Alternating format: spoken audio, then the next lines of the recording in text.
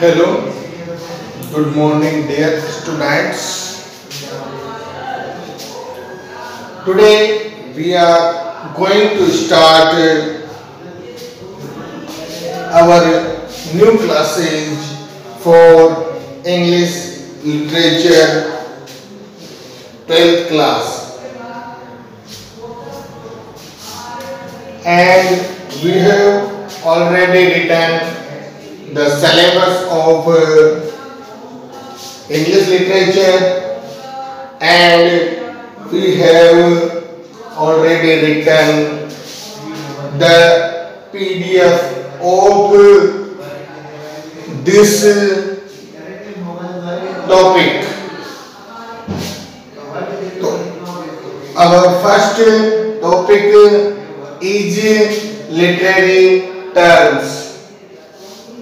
Our first topic is literary terms. It contains 6 numbers in our board exam.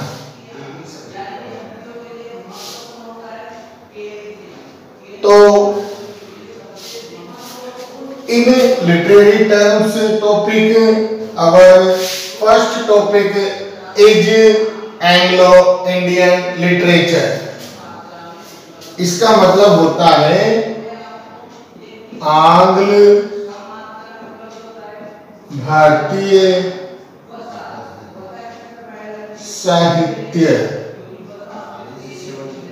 देखो, अब आपको समझाते हैं कि पेपर में कोई भी जो हमारे को 5 टॉपिक दिए गए हैं उनमें से किसी भी एक टॉपिक पर क्वेश्चन भी पूछे जा सकते हैं या फिर पूरे एक टॉपिक का वर्णन भी पूछा जा सकता है.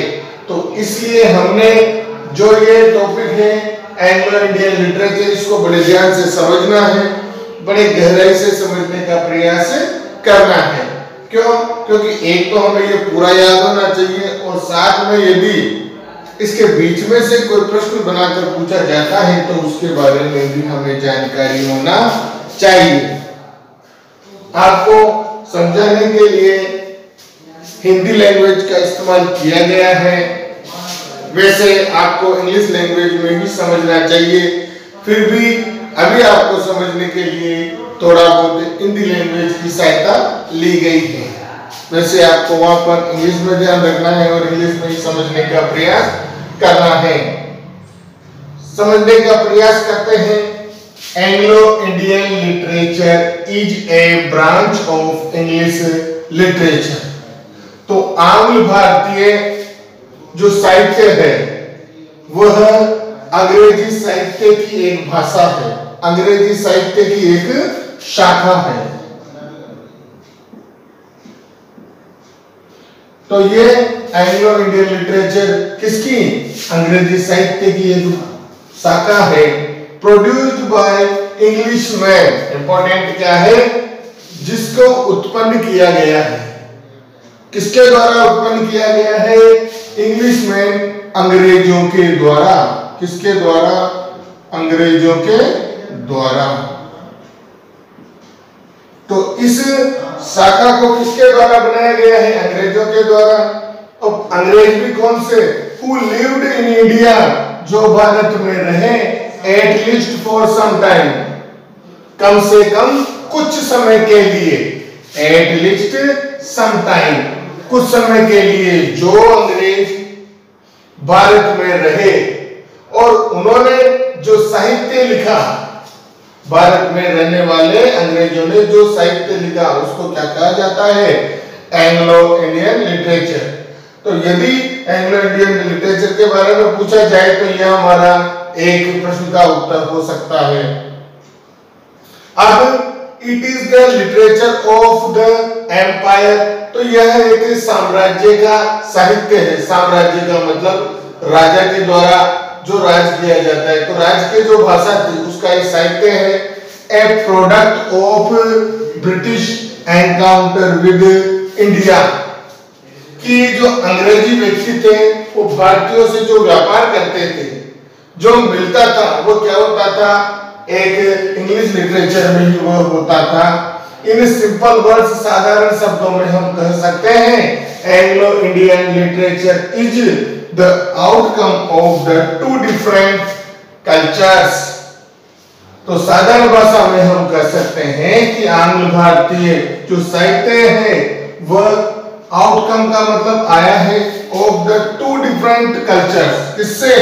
दो अलग अलग संस्कृतियों से। कौन कौन सी?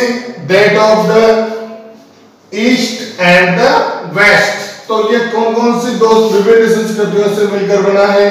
एक तो ईस्ट और एक वेस्ट।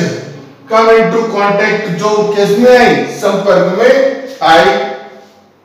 तो यदि पूछा जाए कि इंग्लिश लिटरेचर कौन कौन से संस्कृतियों के आउटकम के रूप में सामने आया है, तो कौन सी? The east and the waste.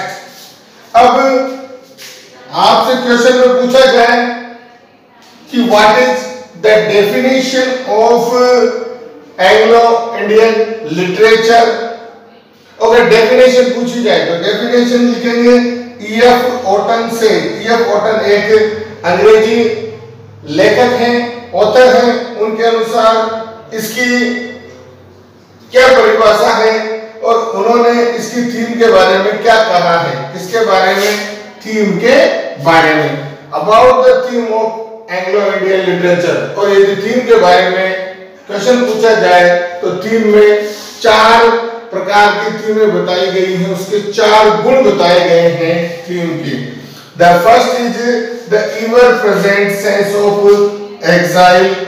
ये आपको याद रखना है, हिंदी अनुवाद समझने की जरूरत नहीं है, ये चीज याद रखनी है। Second, an interest in Asiatic religion. Third is consist of the humorous sides of Anglo-Indian official life. The fourth is Indian native life and scenery. तो ये किसके अनुसार? E.F. ऑटन के अनुसार जो एंग्लो इंडियन लिटरेचर थी उसकी क्या हो गई? थीम के गुण हो गए। अब है परिभाषा। Rudyard Kipling is the greatest author of Anglo Indian literature. अब मान लो यदि आपसे नाम पूछा जाता है कि who is the greatest author of Anglo Indian literature, तो नाम क्या आएगा? Rudyard Kipling. तो Rudyard Kipling is the greatest author of Anglo Indian literature. Next question है, Rudyard Kipling had received Nobel prize for literature. तो यदि question पूछा जाता है कि who received the Nobel prize for literature, तो लिटरेचर के लिए नोबेल पुरस्कार किसको मिला था? तो किसको मिला था? रुडयार्ड किपलिंग को मिला था। आया समझ में?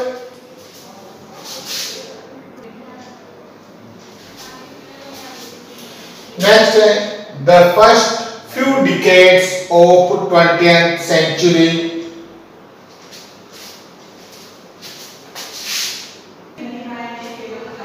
The first few decades of 20th century can be considered as the golden age of Anglo-Indian literature.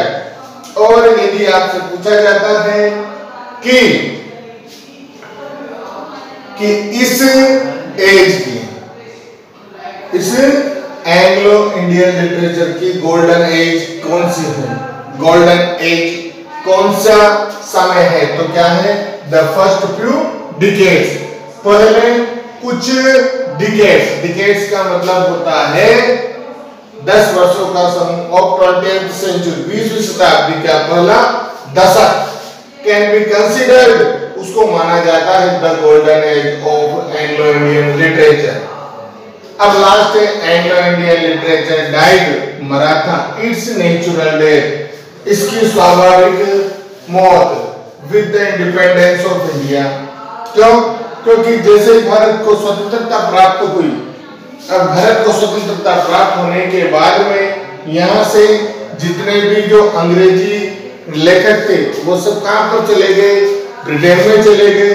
अब ब्रिटेन में चले गए तो ब्रिटेन में जाने के बाद में अब साहित्य कौन लिखे, तो इसलिए यहाँ से इस एंग्लो इंडियन लिटरेचर जो नामक जो युग था इसका अंत हो गया, क्योंकि ये किसके द्वारा लिखा जाता है, भारत में रहने वाले अंग्रेजों के द्वारा। अब भारत से तो सारे अंग्रेज कहाँ पे चले गए, ब्रिटेन में चले गए, तो इसलिए यहाँ से एंग्लो इंडियन लिटरेचर की यह शाखा क्या हो गई, समाप्त हो गई। थैंक यू स्टूडेंट्स, आशा करता हूं कि आपको ये समझ में आ गया होगा। यदि आपको ये अच्छी तरीके से समझ में आ गया है तो मेरे YouTube चैनल को सब्सक्राइब करें, लाइक करें और कमेंट भी करें। Thank you for watching this video.